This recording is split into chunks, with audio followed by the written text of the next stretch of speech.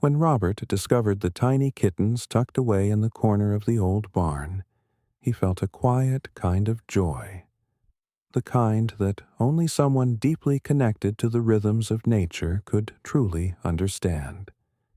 He had no way of knowing that this simple discovery would soon evolve into something extraordinary.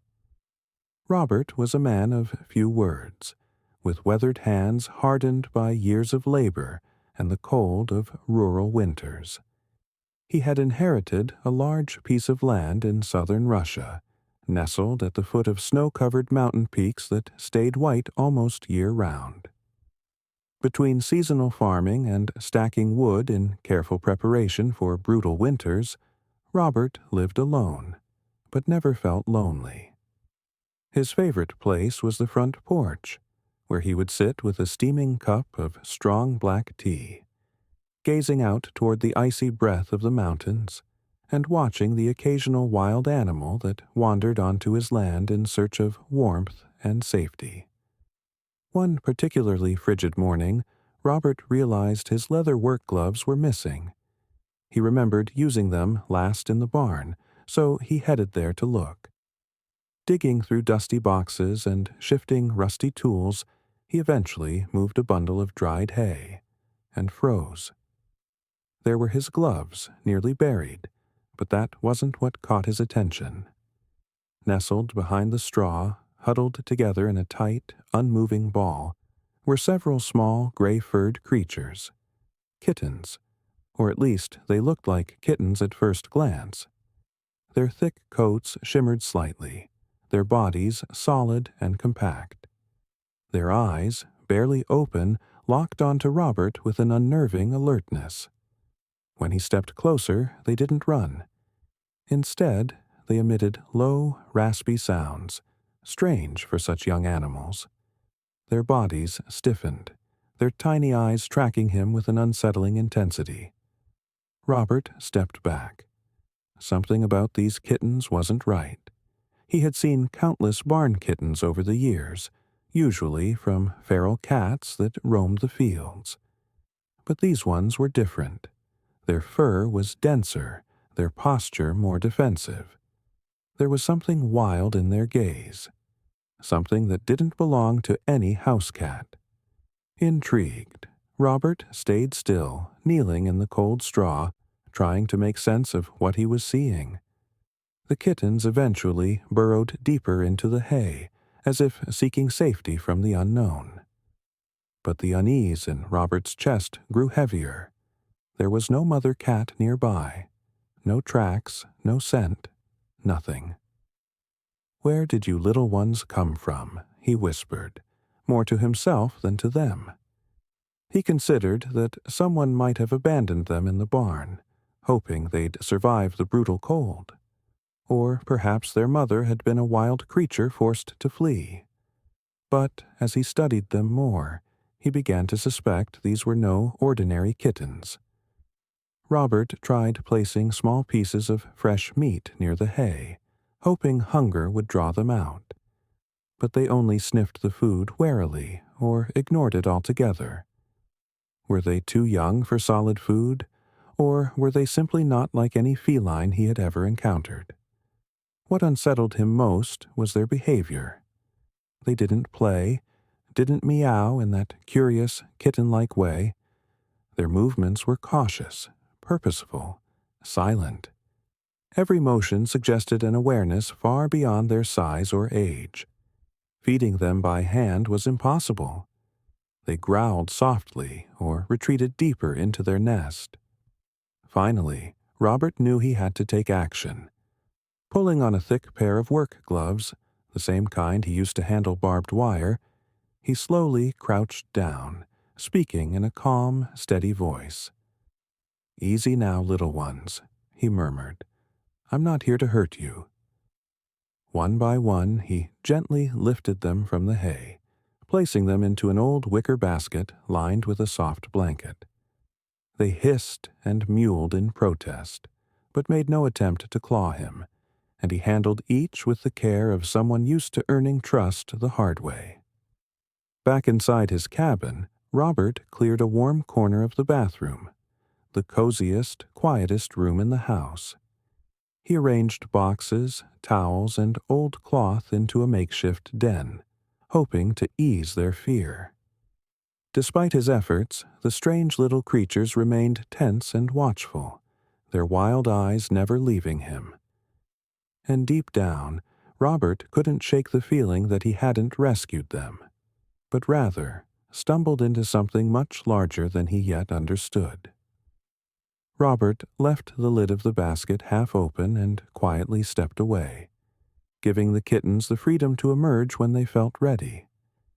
He believed trust was something that had to grow naturally, not something you could force. In the first few days, the kittens hardly moved. They stayed curled tightly together, hidden deep within the layers of soft cloth. But as time passed, the quiet rhythm of the house began to change. The soft padding of curious paws echoed through the hallway. Robert's adult cats had started to take notice. His older cats, long used to his quiet ways and to each other, approached the bathroom slowly and cautiously. They sniffed around the door, watched the basket from a distance, and observed the newcomers with silent curiosity. Robert noticed subtle changes in their behavior, slight tension in their bodies, alertness in their eyes. He worried. He still had no idea what these kittens truly were or what they might become. So far, the kittens had shown no affection, no attempt at play, not even the tentative trust that young animals sometimes offer. But then something remarkable happened. Something that reminded Robert how nature often finds its own way. The oldest cat in his house, a speckled female who had lived with him for over a decade, began visiting the bathroom regularly. She would sit quietly in front of the basket, unmoving, her eyes calm and wise. She seemed to radiate a kind of ancient patience. And then, in a quiet miracle of instinct, she began to produce milk. Robert blinked in disbelief when he noticed the kittens nursing from her. "Well, would you look at that?" he murmured, kneeling beside her. "You've decided to be their mother, haven't you, old girl?" From that moment on, something shifted. The kittens leaned into her warmth, as if they had always known her. The other cats gradually accepted their presence. The house, once filled with quiet tension, softened. Soon the kittens began eating small pieces of meat, their movements quicker and more confident. They didn't flinch when Robert entered the room. They even started watching him from across the room, their round, unreadable eyes following him as if trying to understand him. Sometimes they stared at him while he ate, not out of hunger, but as though studying his habits, his species. Robert felt something shift in his own chest, too. A quiet warmth bloomed inside him. It wasn't the joy of control or ownership, but the rare comfort of letting something grow, even when you didn't understand it. After more than a month had passed, Robert decided it was finally time to seek professional advice. He picked up the phone and called George, the elderly veterinarian from the nearby village. "I've got some unusual little guests here," Robert said. "Found them in the barn. They're not like any kittens I've seen before." "Different how?" George asked, intrigued. "Just come take a look when you can," Robert replied. "You'll understand." He hoped the kittens had become calm enough to tolerate a stranger. But before George could make the trip, nature once again intervened. Just as spring began to stretch its arms across the fields, a surprise cold front rolled through, blanketing the land in thick snow. The narrow dirt road leading to Robert's farm became impossible to pass. George's visit would have to wait. While the snow held them in place, Robert continued his quiet, careful routine. During the day, he tended to the early spring farm chores. At night, he checked on the growing feline family under his roof. Though he still had no idea what kind of creatures they were, or where they had come from, they no longer felt like a burden. They were part of his life now. They still wouldn't let him touch them, and they didn't seek his affection. But they didn't run from him anymore, either. They existed in a strange in-between state, not wild, not tame. That paradox only deepened Robert's fascination. As spring pushed forward, his days became busier. Fences needed mending, machines required oiling, animals needed tending. Every day he told himself he would reschedule the vet visit, but every day something else demanded his attention. Meanwhile, the kittens grew stronger. They ventured out of the bathroom, wandering the hallways, exploring each corner of the house. It wasn't long before they discovered the door that led to the world beyond. And with that discovery, everything would begin to change again. Robert adjusted his daily routine, leaving the back door slightly ajar during the daytime. The kittens, no longer tiny and timid, but swift, graceful, and bold, came and went as they pleased. Though he continued to fill their bowls out of habit, they showed little interest in prepared food. They had become hunters. Rodents that once scurried around the farm began to vanish. Sometimes, Robert found small remnants of their kills neatly left in corners of the yard. A feather here, a lifeless field mouse there. "You're becoming quite the little hunters, aren't you?" he said softly whenever he stumbled across their offerings. Still, there was something complex, almost unknowable, about the relationship they had with him. They never warmed to him in the way house cats often do.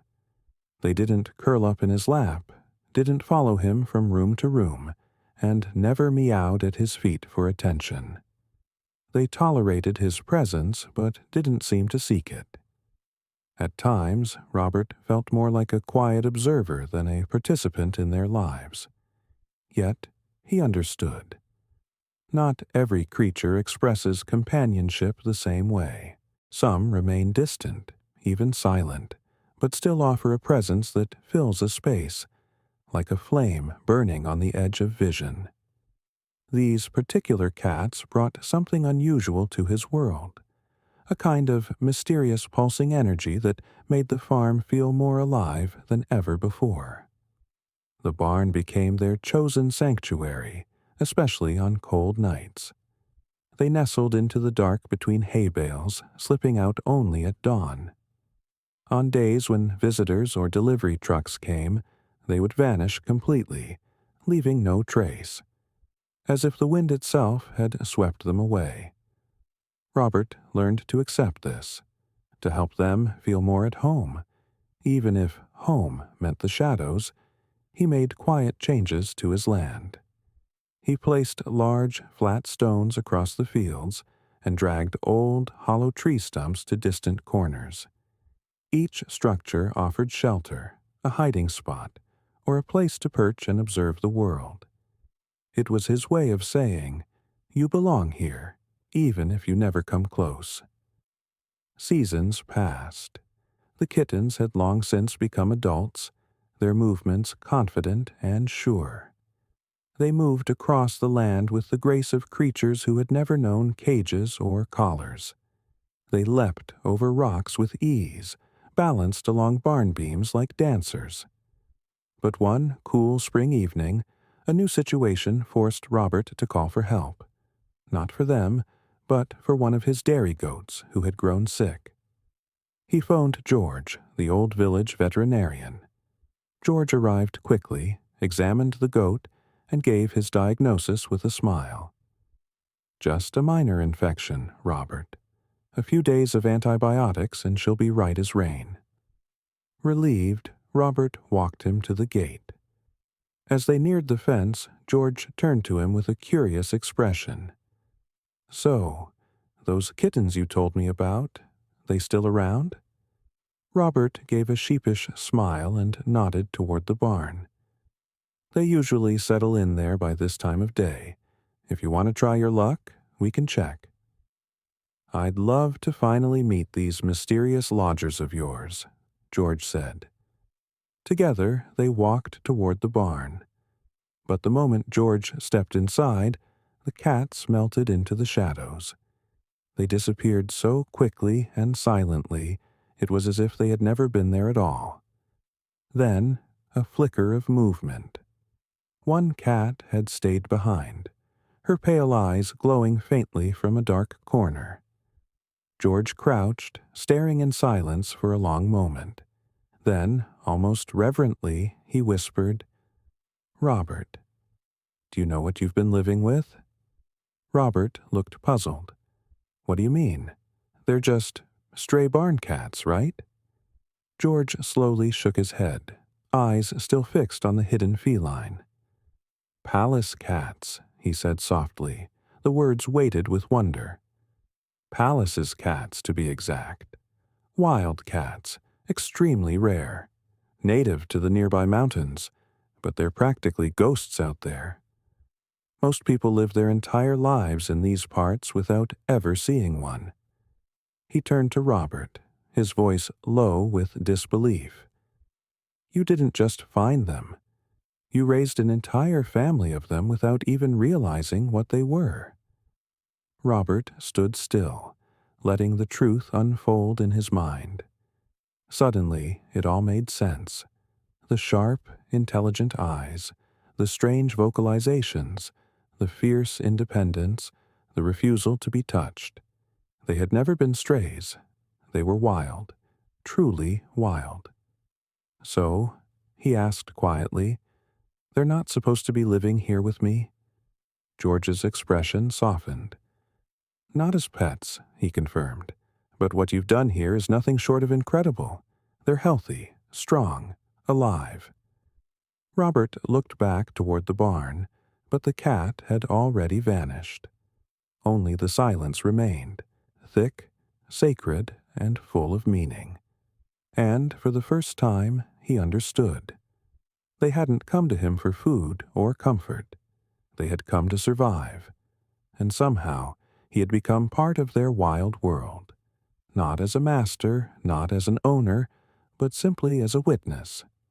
And that, he realized, was more than enough.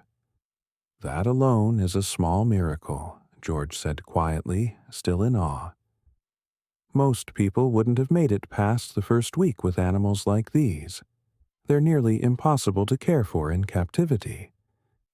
Robert shook his head slowly, eyes distant. "I had no idea," he admitted. "I just did what felt right." And somehow it had been right. With the guidance of George and the support of a local wildlife conservation group, Robert stepped into a new and unfamiliar role. He wasn't just a farmer anymore. He had become the bridge between the world of humans and the wild. A quiet guardian of something rare, beautiful, and utterly untamed. Together with biologists and field experts, he helped build safe, transitional habitats, carefully designed spaces that mimicked the natural terrain where the cats would one day return. The process was slow and deliberate. Every step focused on reducing dependence and encouraging the instincts they were born with. And all the while, Robert watched them. Climbing, hunting, hiding, evolving, until the day came when watching was no longer enough. "It's going to be hard to let them go," he told George during one of their final planning meetings. "I know," George said, "but you've given them something few ever get, a real chance to survive and to return to where they truly belong." When the day of release arrived, it didn't feel triumphant. It felt quiet, heavy, inevitable. One by one, the cats stepped into the tall grass, pausing only briefly, a flick of the ear, a glance backward, before disappearing into the folds of the mountains that surrounded Robert's land like ancient guardians. They didn't run. They didn't look back. But neither did they vanish without meaning. Letting them go wasn't easy, but somewhere along the way, Robert had come to understand a deeper truth. They hadn't rejected his care or abandoned what he'd given. They had simply followed the path they were always meant to walk. He had just been a part of their story, not the center of it. And standing there, in the golden light of dusk, the wind brushing past him like a whispered goodbye, Robert realized something that would stay with him forever. Sometimes, the most unlikely encounters make us caretakers of something far greater than ourselves. Sometimes, love means letting go, not because we want to, but because it's right. He watched the last shadow disappear beyond the tree line, then smiled faintly and whispered, "Thank you for letting me be part of your story." Did you enjoy this story? Would you have let them go, or would you have kept them? Let us know in the comments below. If this story touched your heart, consider subscribing and leaving a like, because sometimes the hardest decisions aren't made with logic or rules. They're made by listening to something deeper. Your heart. Thanks so much for watching. Until next time, take care. And remember, even quiet kindness can change a life. See you in the next video.